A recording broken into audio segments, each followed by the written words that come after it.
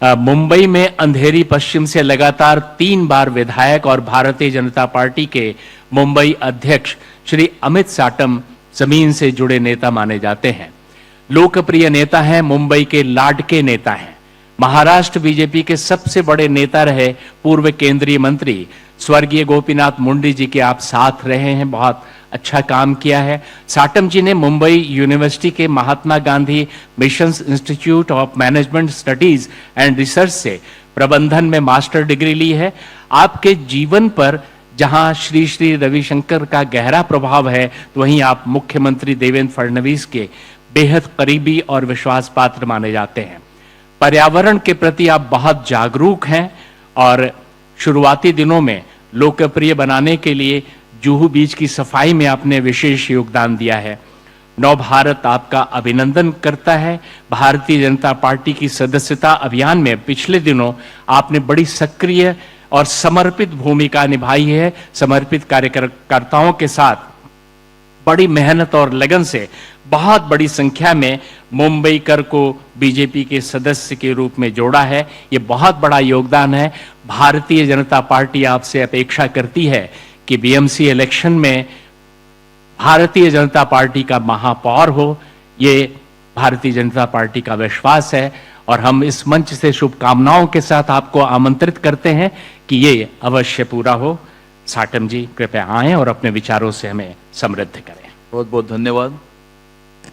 मुझे लगता है कि खाने का समय हो गया है और आपके और खाने के बीच में मैं ज्यादा रुकना नहीं चाहता हूं।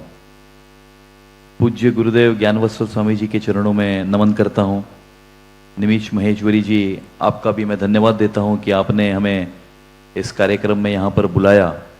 और सही मायने में मुझे ऐसा लगता है कि आज के जो अवॉर्डीज है वो सभी अवॉर्डीज का मैं अभिनंदन भी करता हूं और उसके साथ में उन्हें यह भी कहता हूं कि आप बहुत बहुत खुशनसीब हो कि पूज्य ज्ञानवत्सल स्वामी जी के हाथों से आपको आज ये अवार्ड मिला है। इससे बड़ी बात कोई आपके लिए हो नहीं सकती।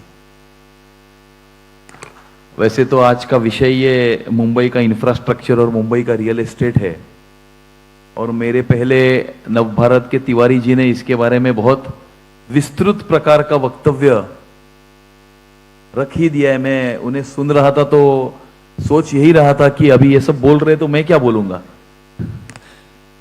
लेकिन सही मायने में मुझे ऐसा लगता है कि 1960 में महाराष्ट्र की स्थापना के बाद में साधारणतः 1970 के दशक में उस समय की सरकार ने एक ऐसा पुल होना चाहिए जो पुल सेंट्रल मुंबई को नवी मुंबई से जोड़ेगा या उस तरफ जाएगा, इस प्रकार की कल्पना जो थे वो 1970 के दशक में सरकार की तरफ से रखी गई थी। लेकिन मुंबई और महाराष्ट्र के भाग्य में 2014 में ही नरेंद्र मोदी जी प्रधानमंत्री और देवेंद्र फडणवीस जी मुख्यमंत्री बनने थे। वो 2014 के बाद उस संकल्पना का भूमि पूजन हुआ, उसका उद्घाटन हुआ। उसी प्रकार से 2005 और 2010 के बीच में कोस्टल रोड की संकल्पना रखी गई थी और कि इस प्रकार का एक समुद्र के बाजू से रास्ता होना चाहिए मुंबई को डिकंजेस्ट करने के लिए। लेकिन उस कोस्टल रोड के लिए संकल्पना तो रखी, प्लान भी बनाया, लेकिन केंद्र सरकार की तरफ से एक भी एनओसी, जो अलग अलग प्रकार की एनओसी आनी होती है, वो एक भी एनओसी केंद्र सरकार की तरफ से आई नहीं। वो तो 2014 में मुंबई के भाग्य में था कि मोदी जी प्रधानमंत्री बने और देवेंद्र जी मुख्यमंत्री बने। कोस्टल रोड का भूमि पूजन भी हो गया और उसका उद्घाटन भी हो गया। 1999 से लेकर 2014 तक हमने मुंबई शहर में एक मेट्रो देखी, 11 किलोमीटर की वर्सोवा से घाटकोपर दौड़ने वाली एक मेट्रो, और 2014 के बाद में आज तक 356 किलोमीटर के मेट्रो का काम जो है वो शुरू है। आधी उसमें से कमीशन हो गई है और आधी से ज्यादा पर काम शुरू है। और पिछले 2 दिनों से हम पेपर में पढ़ रहे हैं कि किस प्रकार से जो परसों ही प्रधानमंत्री जी ने जिस अंडरग्राउंड मेट्रो का उद्घाटन किया उसमें किस प्रकार से भीड़ उमड़ पड़ी है और पूरे वेस्टर्न एक्सप्रेस हाईवे को डीकंजेस्ट करने वाली ये जो मेट्रो है वो बन रही है। और किस प्रकार से बहुत बड़े पैमाने पर हम तो ये अपेक्षा रखते हैं कि जो लोग कार से ट्रैवल करते हैं नॉर्थ मुंबई से लेकर साउथ मुंबई के उस टिप तक वो कार से ट्रेवल करने वाले बहुत सारे लोग जो है वो इस मेट्रो में अभी शिफ्ट होंगे, और उसकी वजह से सही मायने में शाश्वत विकास जिसको हम कहते हैं, सस्टेनेबल डेवलपमेंट हम जिसको कहते हैं, उस सस्टेनेबल डेवलपमेंट की तरफ जो है वो हम आगे चल पड़े हैं। इसके पहले एक्चुअली ये तो मेट्रो पिछले 2-3 साल पहले ही कमीशन होनी थी, लेकिन 2400 पेड़ों के लिए कुछ लोगों ने राजनीति की, उसके वजह से उसको डिले हो गया।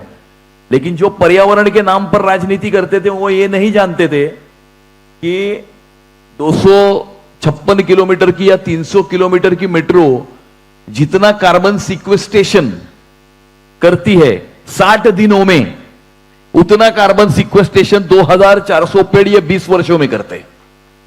इसका मतलब कि पर्यावरण की बातें करने वाले लोगों को क्लाइमेट चेंज और कार्बन सिक्वेस्टेशन का मैथमेटिक्स ही पता नहीं था, और इसीलिए शायद उसके ऊपर राजनीति हुई। फिर बाद में वो रुका कार शेड की वजह से, फिर वो काम फिर से शुरू हुआ 2022 के बाद में, और देर आए दुरुस्त आए। हम ये देख रहे हैं कि किस प्रकार से ये metro is going to transform the way we live in this city. और अटल सेतु, कस्टल रोड, मेट्रो, और दूसरा एक रेवोल्यूशनरी काम जो हुआ है वो मैं कहना चाहता हूं कि जो मुंबई वन ऐप जो लॉन्च हुआ है कि बीएसटी, रेलवे, मेट्रो, ये सारी चीजों को एक ही बटन पे आपके फोन के ऊपर ले आना, ये मुझे ऐसा लगता है कि ये रेवोल्यूशनरी काम ये मुंबई शहर में हुआ है। आने वाले समय में वाटर ट्रांसपोर्ट को भी हम उसमें जो है वो जोड़ने वाले हैं, और इस प्रकार से सारे मोड्स ऑफ ट्रांसपोर्टेशन एक टिकट के ऊपर लेकर आना, यह आने वाले समय में मैं आपको ये पूरे दावे के साथ कह सकता हूं कि जब भी बांद्रा वर्सोवा सीलिंग 3 साल में पूरा हो जाएगा, बची हुई मेट्रो पूरी तरह से 100% कमीशन हो जाएगी, अगले 4 से 5 वर्षों में the way you live in this city will change for ever. आप जिस प्रकार से शहर में रहते हो वो हमेशा हमेशा के लिए बदल जाएगा। और जैसे हर वक्तव्य में कहा गया कि मुंबई महानगर पालिका, मुंबई महानगर पालिका, मुंबई महानगर पालिका, सही मायने में ये सारा जो विकास हुआ है वो केंद्र सरकार और राज्य सरकार के माध्यम से पिछले 10 वर्षों में हुआ है। अनफॉर्चुनेटली मुंबई महानगर पालिका ने मुंबईकरों के सपने साकार करने में कहीं ना कहीं कम पड़ी है, ऐसा हम मानते हैं। और बीएमसी ये जो शब्द है, ये बीएमसी शब्द एक नेगेटिविटी के साथ आता है। बीएमसी शब्द आता है तो हम कभी पॉजिटिव उसके बारे में सोचते नहीं है, जबकि बीएमसी में भी काफी पॉजिटिव चीजें है, लेकिन परसेप्शन इस प्रकार से बना है कि बीएमसी एक नेगेटिव शब्द बना है। आने वाले समय में हमारा यह चैलेंज रहेगा कि हमारा यह चैलेंज नहीं है कि मुंबई में भारतीय जनता पार्टी का महापौर चुन के लाना है, क्योंकि भारतीय जनता पार्टी का कार्यकर्ता किसी सत्ता के स्थान को या अधिकार के पद को प्राप्त करने के लिए काम नहीं करता, वो समाज में खड़े हुए आखिरी व्यक्ति की सेवा करने के लिए काम करता है, देश के लिए काम करता है, समाज के लिए काम करता है। आने वाले समय में चैलेंज यह है कि बीएमसी को पॉजिटिव वर्ड बनाना। जिस प्रकार से केंद्र और राज्य सरकार के माध्यम से ये जो विकास हम जो पिछले 11 वर्षों में देख रहे हैं, उसी प्रकार का विकास ये मुंबई महानगर पालिका के माध्यम से हो।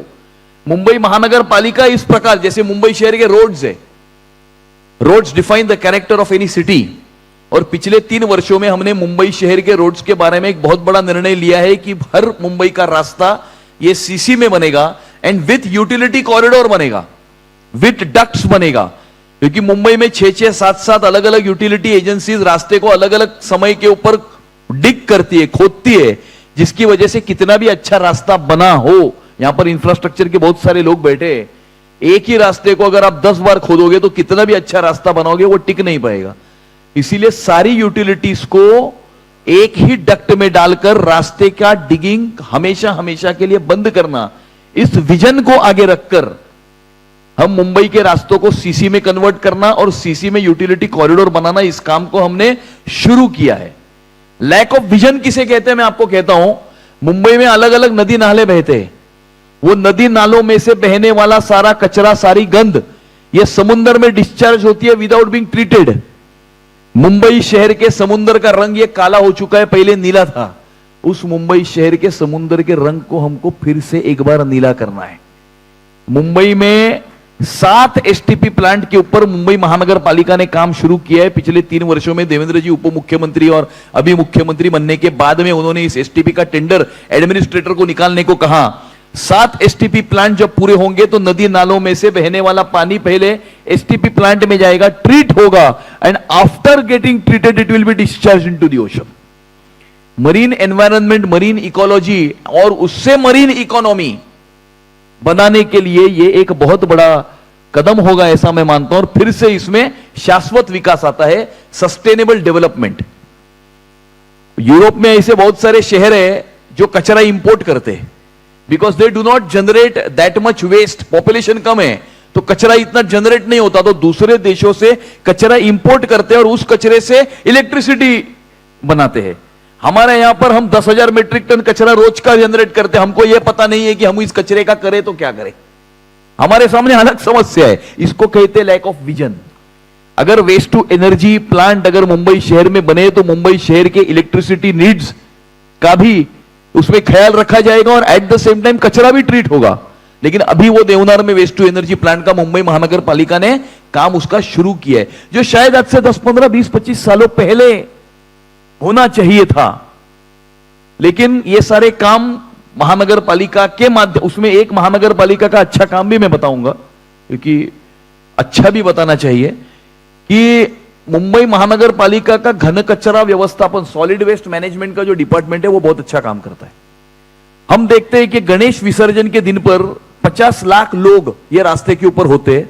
कोई बिस्कुट बांटता है, कोई शरबत बांटता है, कोई वेफर बांटता है, कोई और कुछ बांटता है, कोई चाय बांटता है, और वो सारा कचरा पूरे मुंबई के रास्ते के ऊपर होता है। लेकिन दूसरे दिन सुबह 6 बजे फिर से एक बार मुंबई शहर चकाचक होता है। ये मुंबई महानगर पालिका का सॉलिड वेस्ट मैनेजमेंट डिपार्टमेंट ये अच्छा काम करता है, लेकिन बाकी के सारे कामों की वजह से ये सारा जो काम है वो छुप जाता है।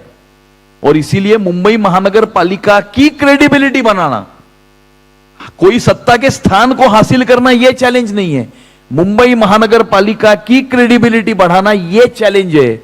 और जिस प्रकार का विकास मोदी जी और देवेंद्र जी ने केंद्र और राज्य सरकार के माध्यम से किया है, उसी प्रकार का विकास ये मुंबई महानगर पालिका के माध्यम से हो। Mumbai is an international city. किसी ने सही कहा कि मुंबई एक शहर नहीं है, मुंबई एक आइडेंटिटी है, मुंबई एक पहचान है, मुंबई एक कल्चर है। और इस कल्चर को, इस आइडेंटिटी को आने वाले समय में बचाकर रखना, यह भी हमारे सामने एक चैलेंज है, ऐसा मैं मानता हूं। क्योंकि हम देख रहे हैं कि दुनिया के दूसरे अंतरराष्ट्रीय पश्चिमी शहरों में किस प्रकार से फंडामेंटलिस्ट रेडिकल एलिमेंट्स ने उन शहरों का ताबा लिया है, उन शहरों में इन्वेजन किया है। और इसीलिए मुंबई की सुरक्षितता, there can not be any prosperity without security. और सुरक्षितता के बिना कोई विकास, उन्नति या प्रगति हो नहीं सकती। और मुंबई शहर को सुरक्षित रखना, मुंबई कर को सुरक्षित रखना, यह भी उतना ही ज्यादा जरूरी है जितना मुंबई का शहर का विकास, उन्नति और प्रगति करना जरूरी है। और इसीलिए यह चैलेंज है, चैलेंज यह है कि मुंबई महानगर पालिका में भ्रष्टाचार विरहित प्रशासन हमें देना है। चैलेंज यह है कि मुंबई शहर का अंतरराष्ट्रीय दर्जा जो है उसके अनुरूप मुंबई शहर का विकास होना है। और यह विकास होते समय मुंबई शहर को सुरक्षित रखना है। और ये सारे चैलेंजेस को पूरा करने के लिए मैं इतना ही आपसे अनुरोध करूंगा कि आप सभी लोगों ने अपने साथ सहकार और आशीर्वाद हमारे साथ में जिस प्रकार से रखे हैं, आने वाले समय में भी आप उसे इसी प्रकार से बरकरार रखो, ऐसी विनती आप सभी लोगों को करता हूं। पूज्य गुरुदेव के चरणों में फिर से एक बार नमन करता हूं। महेश्वरी जी और पांडे जी और नवभारत नवराष्ट्र का तहे दिल से मैं धन्यवाद देता हूं कि आपने मुझे भी आपके इस कार्यक्रम में यहां पर सम्मिलित किया और मुझे भी अपने विचार रखने का मौका दिया। इसके लिए तहे दिल से आपको धन्यवाद देता हूं और यहीं पर रुकता हूं। जय हिंद, जय महाराष्ट्र, भारत माता की जय।